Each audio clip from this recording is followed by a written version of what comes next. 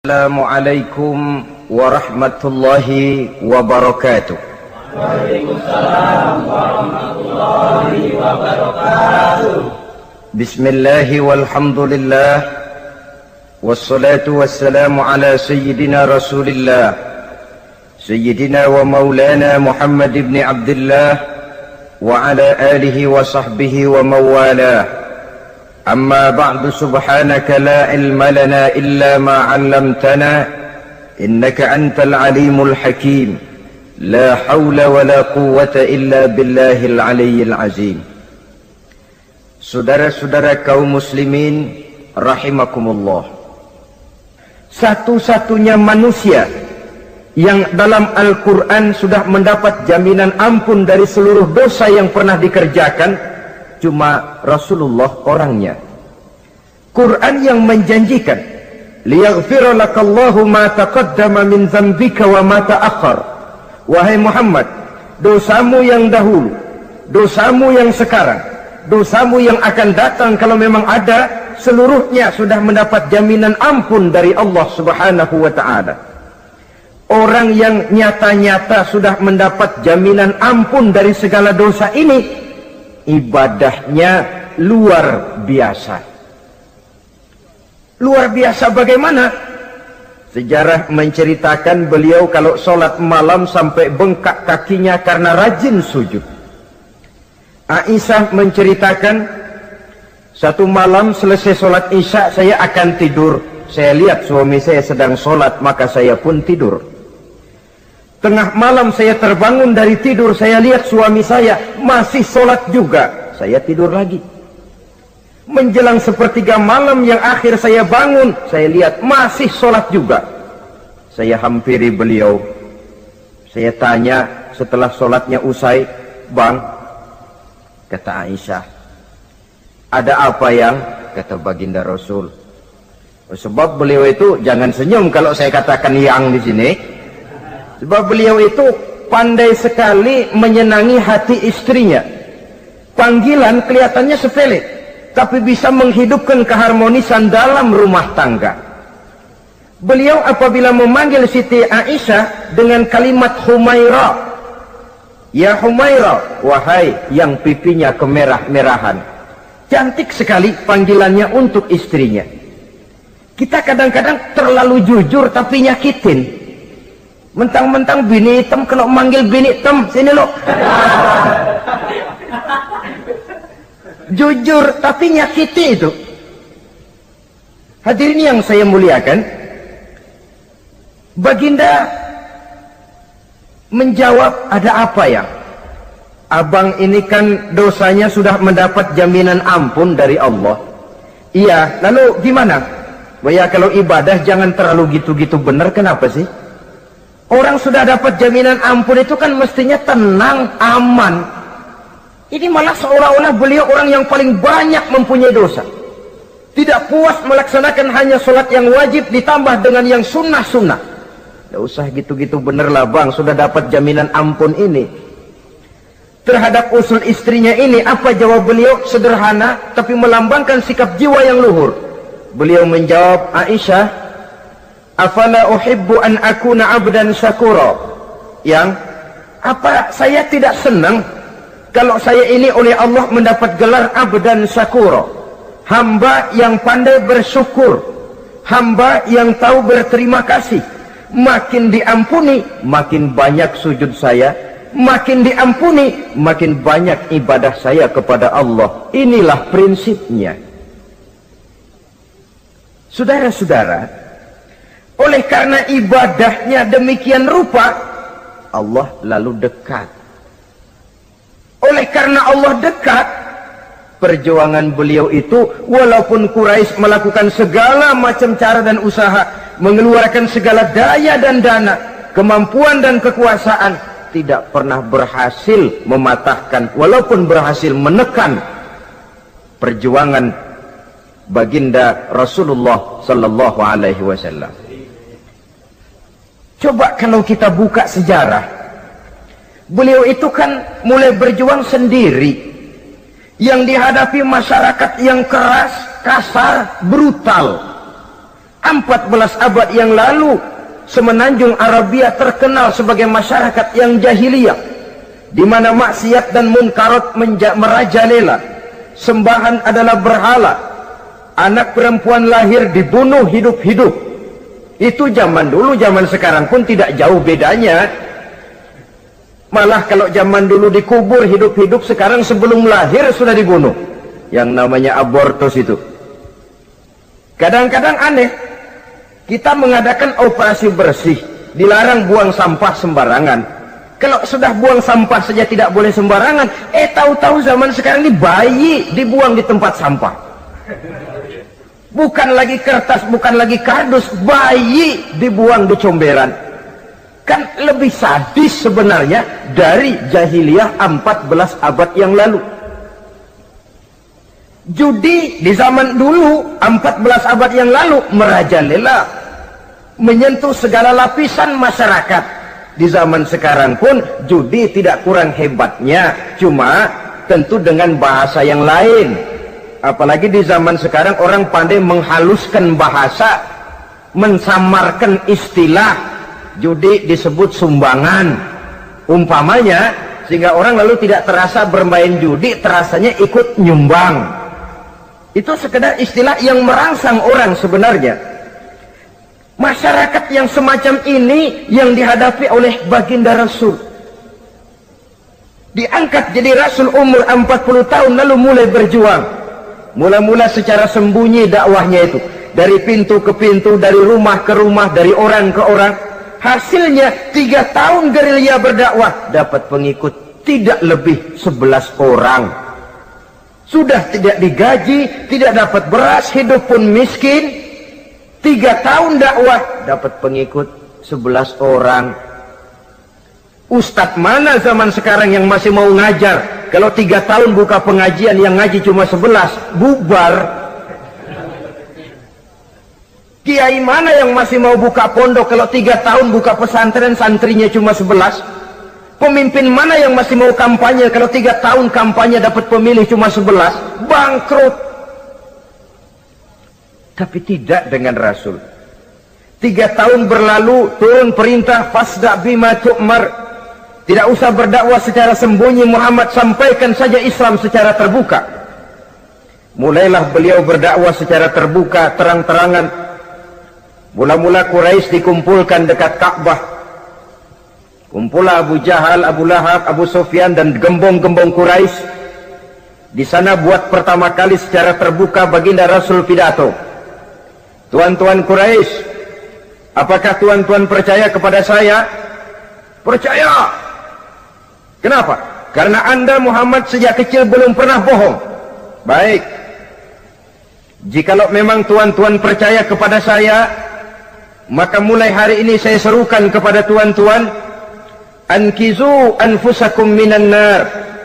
Jaga, pelihara, lindungi dan selamatkan diri tuan dari neraka. Tinggalkan segala macam berhala, jauhi Latta, Uzza, Manat dan Hubal. Sembah Allah Tuhan yang Esa, yang lam yalid walam yulad, yang tidak beranak dan tidak diperanakan. Ini dakwah pertama yang beliau sampaikan. Selesai beliau pidato, Abu Lahab interupsi, angkat tangan. Muhammad, ada apa paman? Alihaza jama'tana, cuma untuk dengar ocehan kayak begini kami dikumpulkan di sini. Tabban laka ya Muhammad. Kalau bahasa kasarnya, mau mampus kamu Muhammad. Nabi tidak jawab, Allah yang jawab. Tabbat yada abi lahabi wa tab, ma aghna anhu maluhu wa ma kasab. Bukan Muhammad yang celaka, Abu Lahab lah yang kelak akan menemui kecelakaan. Dakwah terus berlangsung. Ketika dakwah secara terbuka sudah dimulai, hambatan dan tantangan mulai datang. Sejak dari teror mental sampai kepada teror fisik.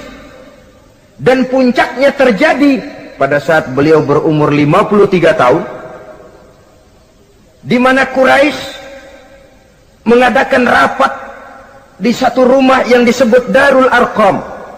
Kumpulah di situ dedengkot Quraisy. Siapa lagi kalau bukan Abu Jahal, Abu Lahab? Mereka rapat. rapat pleno lengkap. Setelah rapat dibuka, kata Abu Lahab kepada Abu Jahal, "Jahal, bagaimana ini Muhammad?" "Iya, bagaimana? Apalagi yang belum kita lakukan," kata Abu Jahal. "Kita fitnah sudah, kita caci maki tiap hari, kita lontari kotoran onta, sahabat-sahabatnya kita bantai, tapi mereka tetap tegar." "Iya," kata Abu Jahal, "dan sekarang ini sahabatnya sebagian berangsur-angsur sudah hijrah ke Madinah. Ini pertanda Islam akan berkembang di kota Madinah. Kalau nanti dia berhasil di Madinah lalu menyerbu ke Mekah, alamat habis kita gulung tikar." "Makanya," kata Abu Jahal, "makanya apa? Makanya dari dulu juga saya bilang, kempesin aja itu." Jadi kalau bahasa okemnya kan begitu toh. "Bunuh saja Muhammad, bunuh." "Iya, soal bunuh sih gampang," kata Abu Lahab. "Tapi Muhammad kan tidak keluar dari batu. Dia punya keluarga, sanak famili dan handai tolan. Kalau keluarganya menuntut balas, bagaimana ini?" "Gampang. Kita kan banyak punya suku. Tiap-tiap suku kan punya juara, tukang-tukang pukul. Sewa saja, tiap suku ambil tukang pukulnya, kita kepung rumah Muhammad, bunuh sama-sama. Kalau keluarganya akan menuntut balas, dia akan berhadapan dengan seluruh suku yang ada di semenanjung Arabia ini. Bagaimana, setuju?" "Setuju." "Nah, sudah. Kapan kita bunuh Muhammad?" "Kapan lagi? Tidak usah buang waktu. Besok malam." "Ya, besok malam kita bunuh Muhammad. Tapi awas, semua yang ikut rapat di sini, ingat baik-baik, ini rahasia negara. Besok malam kita akan membunuh Muhammad. Siapa yang berani membocorkan rahasia negara ini, supersip, dianggap menghambat program Quraisy. Itu nanti dijatuhi hukuman berat ya. Jaga rahasia baik-baik bahwa besok malam kita akan membunuh Muhammad. Sanggup?" "Sanggup." Rapat selesai. Hadirin boleh bubar ke rumah masing-masing. Pulang. Namanya manusia, bocor juga rahasia ini. Begitu pulang, cerita sama istrinya, "Bu, anu loh Bu." "Apa Pak?" "Saya tadi ikut rapat." "Rapat apa tuh Pak?" "Besok malam akan ada pembunuhan." "Pembunuhan?" "Pembunuhan." "Siapa toh yang mau dibunuh?" "Muhammad." "Tapi jangan bilang-bilang ya, ini rahasia negara." "Ini rahasia negara Bu, jangan bilang-bilang." "Iya Pak, iya." Nah, besok pagi istrinya ngobrol sama tetangganya, "Mbak Ayu, tahu nggak?" "Apa toh?" "Nanti malam akan ada pembunuhan."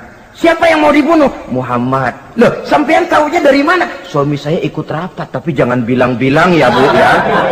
Ini rahasia negara. Jangan bilang-bilang. Nanti yang satu sampaikan lagi, jangan bilang-bilang. Terus jangan bilang-bilang. Akhirnya berita tersebar. Sehingga pagi hari itu sebagian besar penduduk Mekah sudah tahu kalau nanti malam akan ada pembunuhan. Maka lepas zuhur, Mekah itu mulai tegang. Yang simpati, "Aduh, kasihan Muhammad, nanti malam akan dibunuh." Yang tidak senang, "Mampus, biar dia rasain, ntar malam."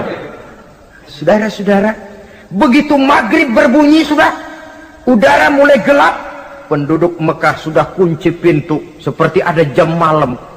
Sepi, sesepi-sepinya. Tutup pintu, kunci, bukan tidur, ngintip dari dalam. Lepas jam 8 malam, makin tegang. Masing-masing penduduk ngintip dari pintunya. Sudah berangkat belum orang yang mau bunuh Muhammad? Sudah berangkat belum? Kira-kira jam 9 ini, tukang-tukang pukul lewat mau ngepung rumah Muhammad untuk membunuh beliau. Begitu masuk Mekah, penduduk sudah kunci pintu, tapi mereka tahu kalau semua ngintip. Wah, makin hebat ini yang pemuka Quraisy ini, tukang-tukang pukul ini. Jalannya dibuat gagah-gagah, barisnya dibuat hebat-hebat. Itu injekan tanahnya dalam baris dibuat kenceng-kenceng, brok, brok, brok, brok, kayak serdadu baris. Lewat dekat rumah penduduk pakai batuk lagi. Yang dari dalam ngintip makin ciut. Wah, ini dia yang mau bunuh Muhammad ini. Sampai di rumah Nabi, dikepung rumah Nabi, di pagar betis. Malam itu di dalam rumah cuma Nabi, Abu Bakar dan Ali bin Abi Thalib. Nabi tahu rumahnya dikepung. Lewat tengah malam beliau berkata, Abu Bakar, saya ya Rasul, mari kita berangkat hijrah. Baik ya Rasul. Ali, saya ya Rasul, kamu gantikan saya ya. Gantikan apa ya Rasul? Gantikan tidur di tempat tidur saya. Baik ya Rasul. Masya Allah, sekali menggantikan mati. Tidur di tempat tidur Rasul pada malam rumahnya dikepung, resikonya kan mati. Menggantikan mati. Lah kalau menggantikan lurah lumayan. Menggantikan mati. Dan Ali tahu persis resikonya. Dan beliau waktu itu masih muda dan beliau tidak nawar. Baik ya Rasul, saya akan tidur di sini, berangkatlah Tuhan. Berangkat Rasul, ketika keluar dari pintu belakang rumah dikepung rapat, terjadilah keajaiban yang Allah ceritakan, wa ja'alna min baini aydihim sadda wa min khalfihim sadda fa aghshaynahum fahum la yubsirun. Di muka, di belakang, di kiri kanan dibuatkan dinding oleh Allah, dibutakan mereka tidak lihat kalau Muhammad keluar dari rumahnya. Siaga penuh, apel, mata melotot, Nabi lewat nggak kelihatan. Sampai Nabi kemudian menuju Gua Thur, 3 malam 2 hari di sana. Dari sana perjalanan dilanjutkan ke Madinah Al-Munawwarah. Allahu Akbar. Mengarungi gurun pasir yang gersang dan tandus, yang terbentang antara Mekah dan Madinah, meninggalkan kampung halaman tempat di mana dilahirkan dan dibesarkan. Keluarga yang berbeda akidah terpaksa berpisah. Kok kuat? Kok bisa? Kok sanggup? Di mana rahasia kekuatannya? Beliau punya sandaran vertikal, ibadahnya kepada Allah. Dengan bahasa kita sekarang, beliau punya backing. Backingnya tidak kepalang tanggung, yang serba maha. Maka saya mengajak kepada seluruh kaum muslimin, di zaman sekarang kan orang lagi main backingan, ya. Nah, siapa yang punya backing punya jalu. Saya cuma mengajak, kalau mau cari backing jangan kepalang tanggung, carilah backing yang serba maha. Maha gagah, maha tahu, maha adil, maha bijaksana, maha segala-galanya. Dan dialah Allah subhanahu wa ta'ala. Saudara punya backing kolonel, tanggung. Nanti dia pensiun habis. Yang kolonel saja tanggung, apalagi yang kopral. Kalau mau cari backing, carilah backing yang serba maha, Allah azza wa jalla. Caranya tentu dekat kepadanya. Untuk dekat kepadanya melalui jalur yang sudah diatur olehnya, melalui Rasulullah sallallahu alaihi wasallam, yaitu salat, ibadah. Makin tinggi nilai ibadah, makin dekat kita dengannya. Makin dekat dengannya, makin banyak fasilitas yang akan diberikan untuk kita. Saudara pegawai negeri ingin cepat naik golongan, itu caranya 2. Pertama, jam kantor disiplin. Jam 7 masuk, jam 3 pulang. Kalau belum jam pulang, jangan pulang. Yang kedua, tambahan, di luar jam kantor sering-sering datang ke rumah kepala bagian. Apa malam minggu, apa hari minggu, apa bawa jeruk, apa pisang Ambon, kan begitu toh.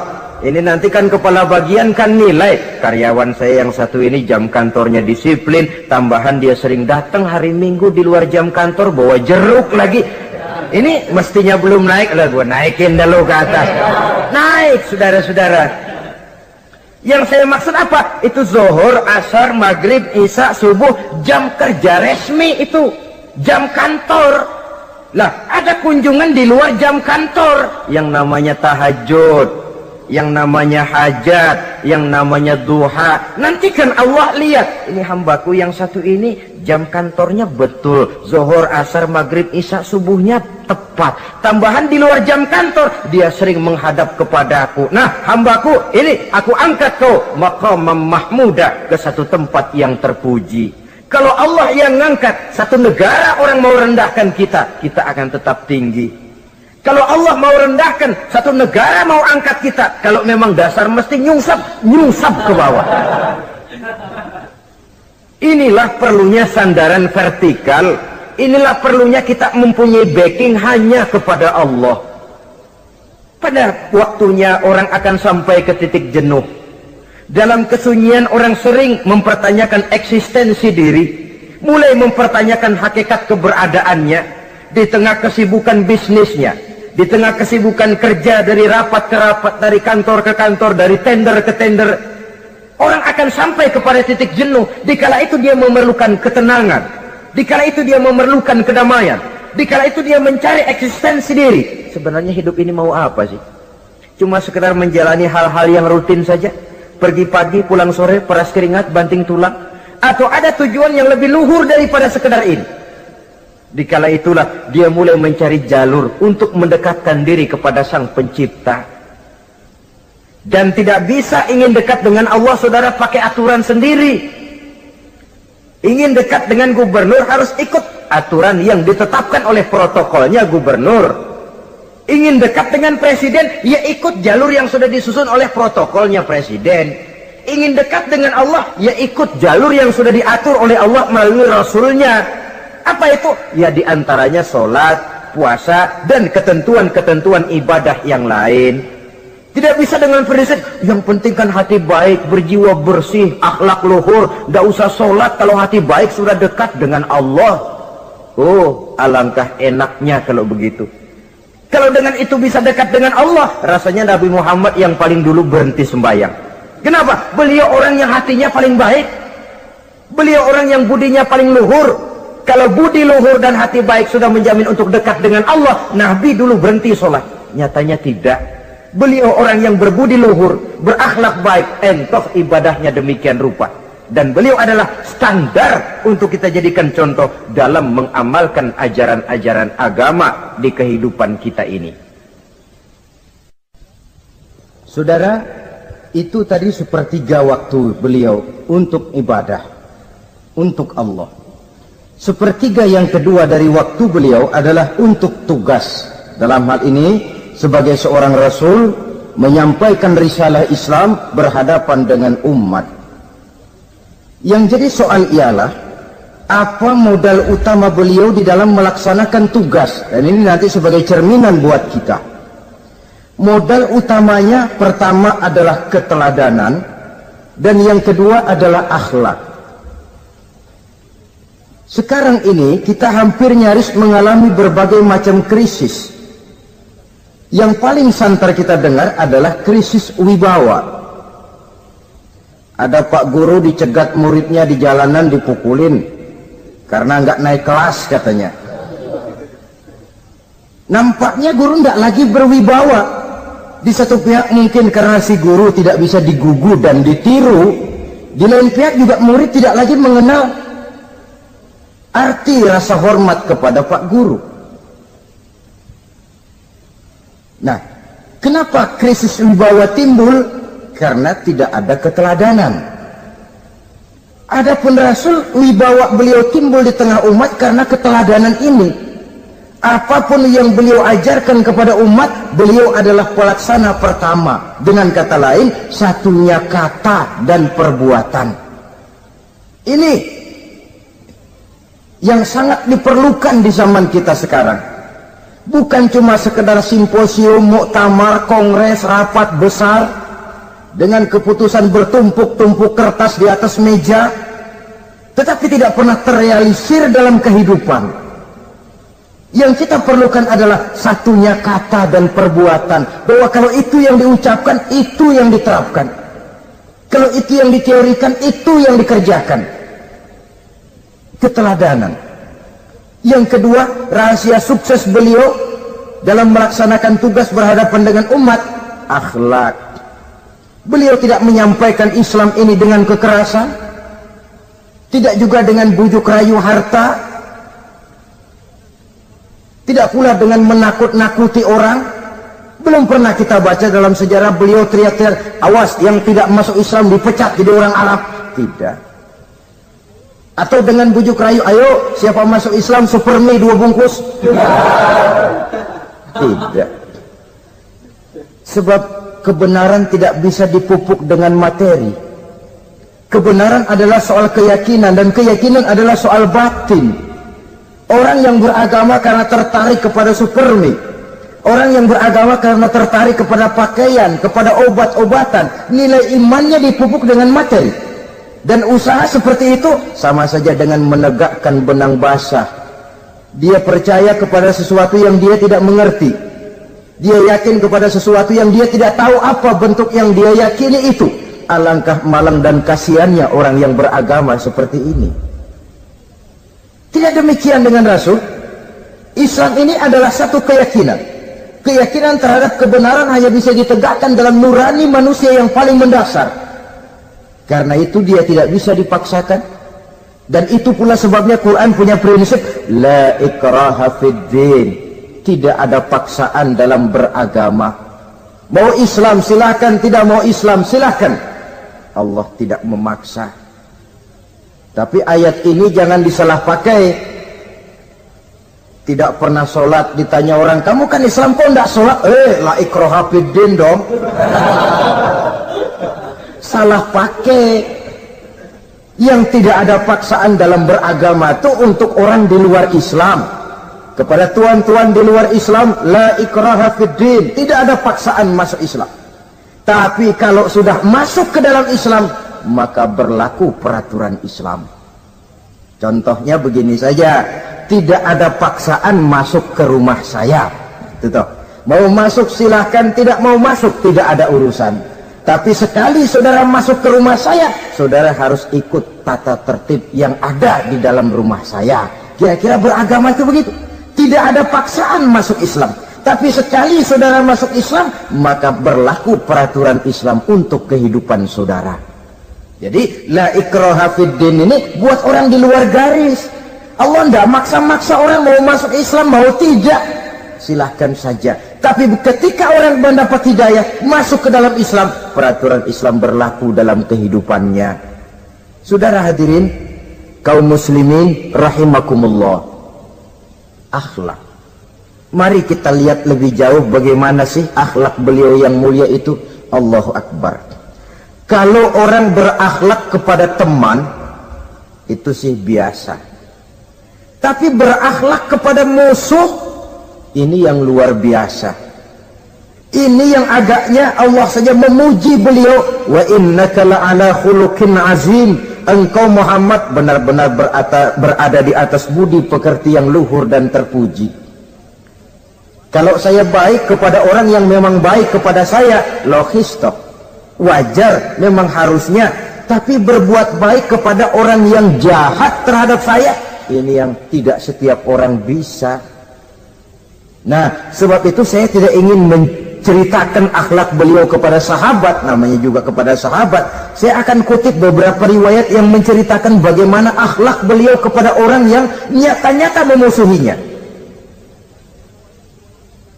Berbagai riwayat menceritakan bagaimana beliau ketika di Taif dilontari orang dengan batu, yang melontari beliau malah mendapat doa, Allahumma hdi qaumi fa innahum la ya'lamun.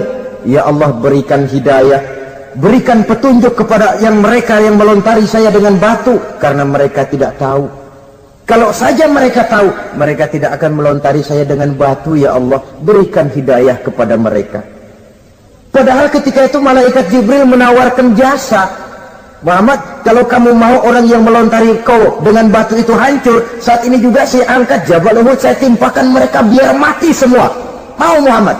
Jangan Jibril, mereka tidak tahu. Kalau saja mereka tahu, mereka tidak akan melontari saya dengan batu. Lebih baik doakan mereka supaya mendapat hidayah dari Allah. Dalam kondisi kepepet, dilontari dengan batu, malaikat Jibril datang menawarkan jasa. Beliau lebih memilih mendoakan orang yang berbuat jahat itu. Ya Allah, bukan main. Umumnya kita kan kalau lagi kepepet ada yang nolongin, girang bener. Andai kata kita yang jadi nabi disambitin orang, datang malaikat Jibril nawarin, bagaimana sikap? Abisin aja dah.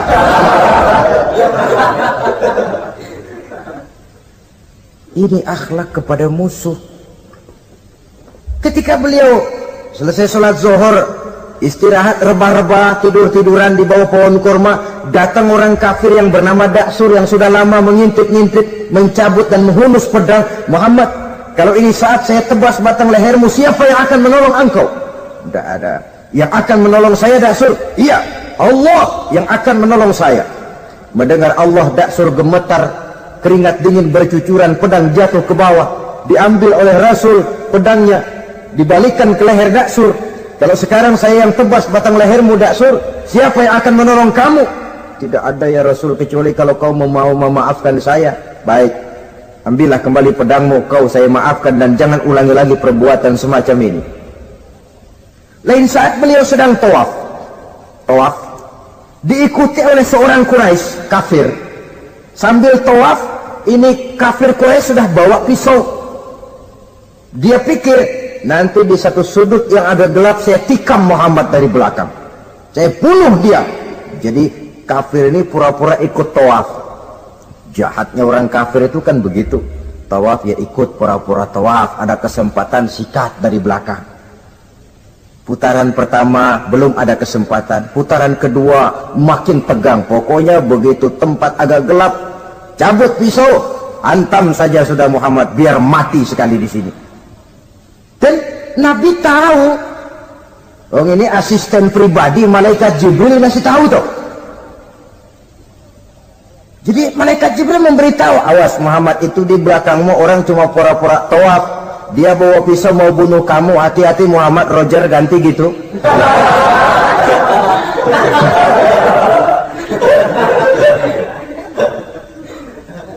Tahu persis beliau.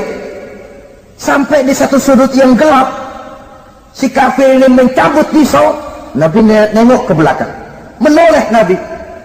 Begitu menoleh, Quraisy ini kan ketangkep basah, bahasa Arabnya yumsak mablul katanya, ketangkep basah, grogi, salah tingkah, garuk nggak gatel, kasihan melihatnya sudah. Ya namanya orang ketangkep basah itu, mau alasan apa? Nggak beralasan ya, harus merasa harus membela diri, gemetar nggak karu-karuan. Kata Nabi senyum. Mau apa, Mas? Anu Rasul, ini anu apa? Anu. Sudah, saya kan tahu kamu mau bunuh saya toh. Sudah, saya sudah tahu kok. Kamu jangan pura-pura. Kamu kan mau bunuh saya kan? Terus terang saja. Iya Rasul, iya. Sekarang gimana? Enggak berani Rasul. Minta maaf saja. Ya kalau sudah kamu minta maaf begitu, sudah kamu pulang sana, jangan diulangi lagi ya. Begitu mudah beliau memaafkan orang yang nyata-nyata mau menghabisi nyawanya, sepanjang itu belum terwujud, sepanjang itu belum terbentuk dalam artian real. Sangat mudah beliau memaafkan orang. Saudara hadirin kaum muslimin rahimakumullah, pemaaf, lapang dada, toleransi, menghargai pendapat para sahabatnya, ini sederetan dari akhlak yang terpuji. Sehingga karena keluhuran akhlak inilah yang menyebabkan orang tertarik masuk ke dalam Islam. Beliau berprinsip apa? Basiru wala tunaffiru, yasiru wala tu'asiru. Gembirakan orang, jangan ditakut-takuti. Mudahkan persoalan orang, jangan dibikin sulit. Ini kan satu prinsip yang sangat baik dalam melaksanakan dakwah, dalam menyampaikan misi. Apapun tugas kita di masyarakat, sebagai pegawai pemerintahan, pejabat negara, pedagang, pengusaha, seniman, ustadz, mubalik, kiai, ulama, dalam berbagai profesi, modal utama untuk sukses adalah akhlak. Sebab hati kita yang tahu cuma Allah. Orang lihat penampilan kita, orang lihat muka kita. Sebab itu Nabi katakan, innakum la tas'una nasa bi amwalikum walakin yas'uhum minhum bastul wajhi wa husnul khuluqi. Kamu tidak akan bisa menarik simpati orang banyak dengan hartamu, tapi bisa kau tarik simpati orang banyak dengan akhlak yang baik dan muka yang senyum, muka yang enak dilihat. Orang kadang sering bilang, dia mah biar mukanya begitu hatinya baik. Iya, soal hati kita nggak tahu. Yang kita lihat pertama muka. Bagaimana gue mau ikut dia, mukanya kayak batu kuburan. Kesan serem pertama itu kan sudah ada. Walaupun kadang-kadang hati memang baik, tapi hati itu kan urusan Allah. Yang kita lihat pertama muka. Ini barangkali nanti termasuk teori dalam psychology of salesman ya, bahwa sesuatu yang baik kalau dihidangkan dengan cara yang tidak baik, orang tidak akan tertarik. Lihat saja, orang sekarang ini kan entah makin lajunya dunia bisnis kita, masuk ke rumah-rumah kita cuma menawarkan air jahe, menawarkan sasa, menawarkan kecap bango, menawarkan barang-barang yang kelihatannya remeh. Ini kan termasuk psychology of salesman. Yang datang ya biasanya perempuan, wajahnya ya lumayan, paling kurang sedikit di atas 6 lah begitu. Lalu tutur katanya sopan, masuk ke rumah tidak sungkan, ada rasa familiar, rasa kekeluargaan, lalu datang. Taktik untuk menawarkan barang yang jadi merek dagangannya. Nah, Islam ini agama yang baik. Kalau disampaikan dengan cara yang tidak baik, sadis, memponis, orang akan lari dan jauh. Menyinggung, bukan menyentuh. Siapapun kalau tersinggung lari, tapi kalau tersentuh dia akan mendekat. Apaan lo Islam bayang begitu? Mikirnya anak, gue sembayang diomelin, mendingan kagak sembayang sekalian ketahuan. Saudara hadirin yang saya muliakan, ini yang diberikan contoh oleh baginda Nabi. Apapun tugas kita, pedagang utamakan akhlak, petani utamakan akhlak, seniman utamakan akhlak, mubaligh utamakan akhlak, pejabat negara utamakan akhlak, pelayan dan pengabdi masyarakat utamakan akhlak. Saudara hadirin yang saya hormati, kaum muslimin yang berbahagia. Oh, jadi untuk sukses di masyarakat, untuk sukses di tempat tugas, modal utama adalah akhlak. Dan ini yang dicantikan contoh dari Nabi kita Muhammad sallallahu alaihi wasallam. Sepertiga waktunya untuk tugas. Dalam menjalankan dan melaksanakan tugas sebagai seorang rasul, menyampaikan risalah Islam, berhadapan dengan umat, modal utamanya adalah akhlak. Demikian juga kita di masyarakat.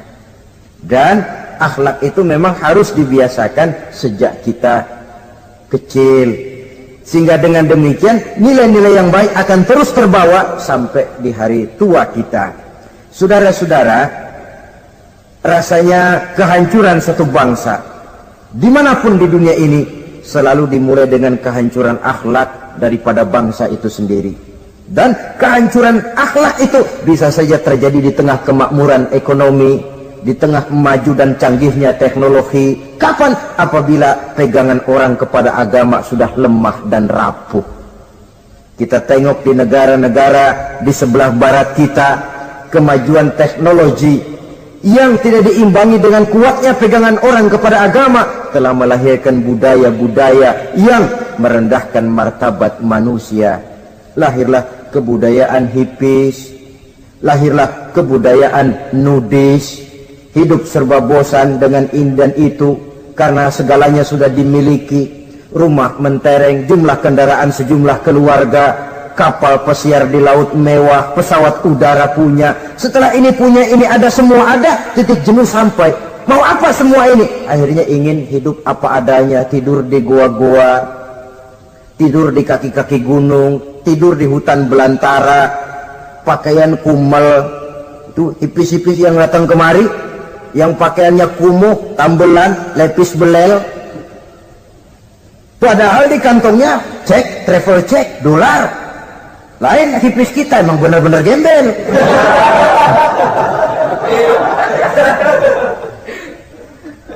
Merasa jenuh, merasa bosan. Bahkan sebuah berita dari Jerman, orang terlalu kaya, pulau dibeli. Di pulau itu dia bikin satu klub yang bernama klub nudis. Setiap anggotanya boleh masuk ke pulau itu dengan catatan tidak boleh pakai pakaian selembar pun, alias bugil, telanjang bulat. Sudah telanjang bulat itu. Dan di sana berlakulah apa yang disebut serba boleh. Jadi kalau di sana ke sana saudara bawa istri masuk anggota, ya silahkan saja. Istilah tukar pakai, simpan pinjam, bisa-bisa saja, asal suka sama suka. Asal perbuatan yang dianggap tidak merugikan orang lain, suka sama suka, sudah tidak bisa dituntut oleh norma yang berlaku. Ya. Itulah sebabnya kita sering prihatin bahwa kemajuan sering membawa pergeseran nilai. Apabila kita tidak bisa menghindarkan diri dari proses pergeseran nilai, setidaknya kan kita bisa menjaga diri jangan sampai hanyut oleh nilai-nilai yang negatif. Akhlak, baik sebagai muslim, baik sebagai bangsa Indonesia yang berkepribadian luhur, itu merupakan cerminan kita. Saya prihatin, belum lama diselenggarakan kontes bibir terindah. Kontes bibir terindah itu kira-kira apa manfaatnya? Apa yang jadi ukuran? Dan bukankah bibir karunia Tuhan? Ya kalau yang bibirnya mungil bisa ikut kontes lah, kalau yang jebleh gitu.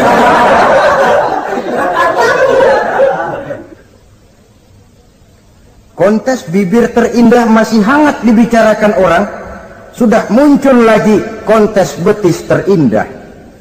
Nah kalau sudah bicara soal betis ini, kan yang terbayang oleh kita kira-kira ukurannya apa?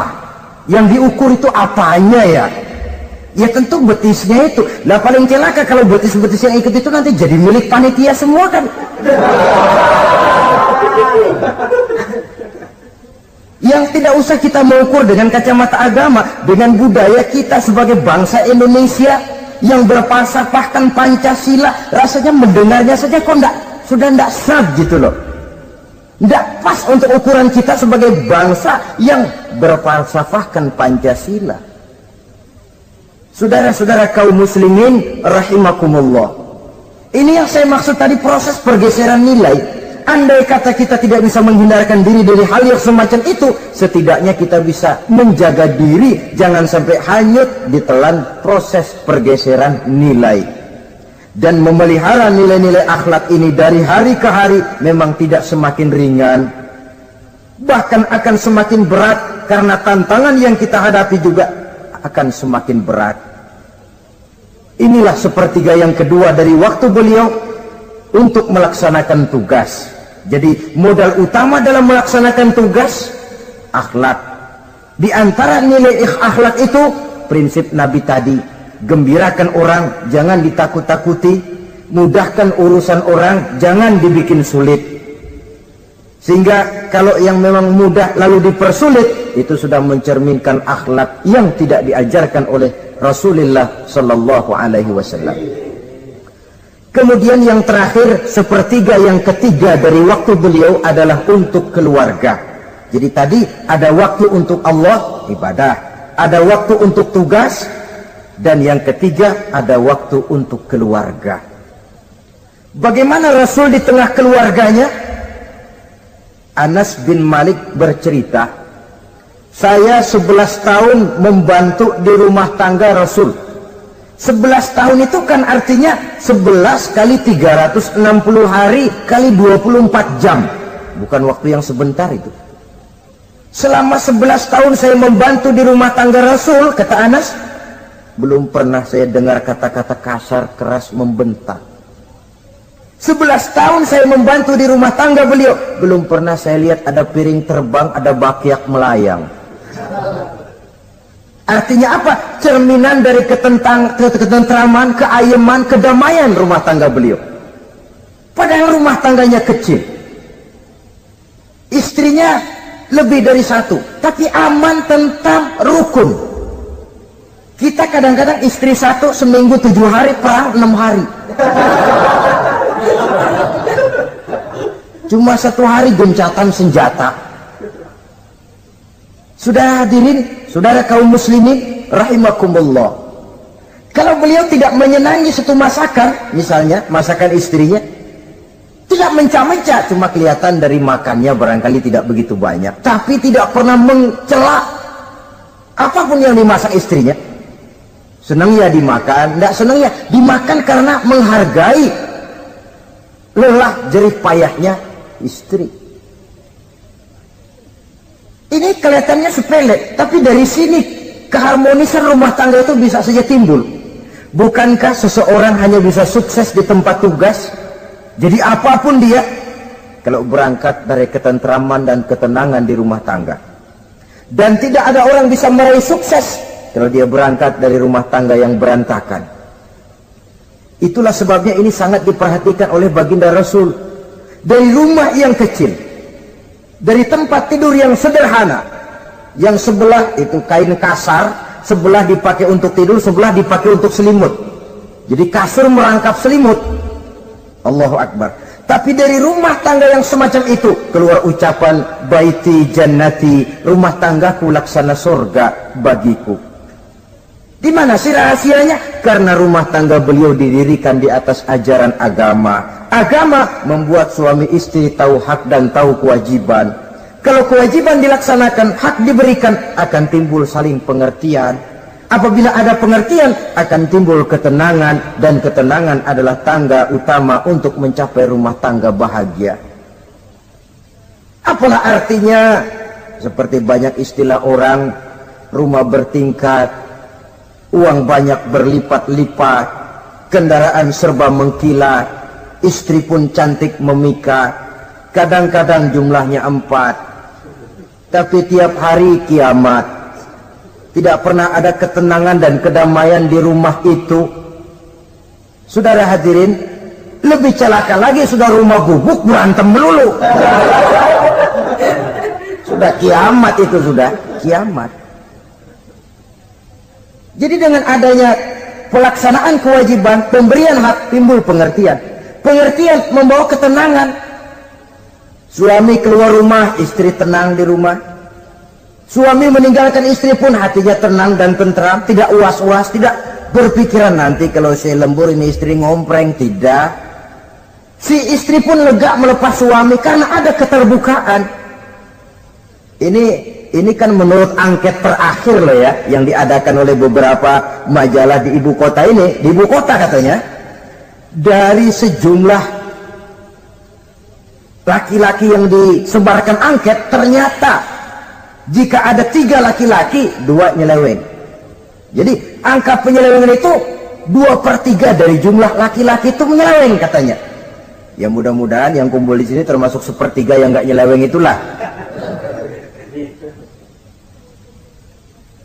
Dan tidak semua bentuk penyelewengan itu karena alasan ekonomi, bukan pula karena alasan ketidaksetiaan istri, tapi merupakan cerminan dari sikap hidup di mana orang jauh dari nilai-nilai agama, sehingga penyelewengan itu dianggap sesuatu yang manusiawi, biasa-biasa saja, bahkan kadang-kadang ikut membentuk status sosial, melahirkan kebanggaan.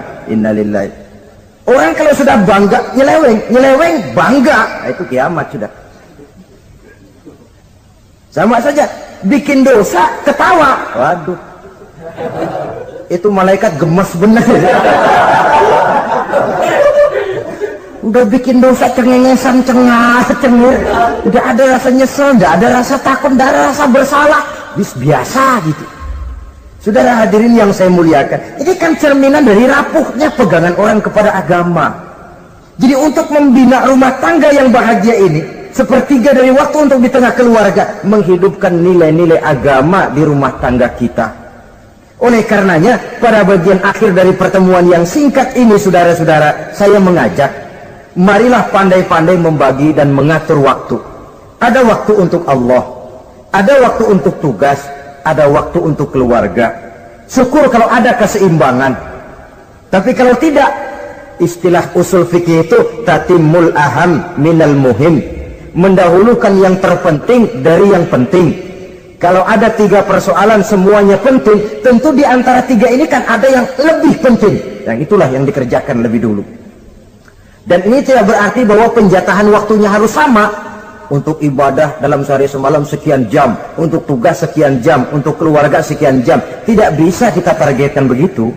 Dan yang dimaksud di sini pun adanya pengaturan.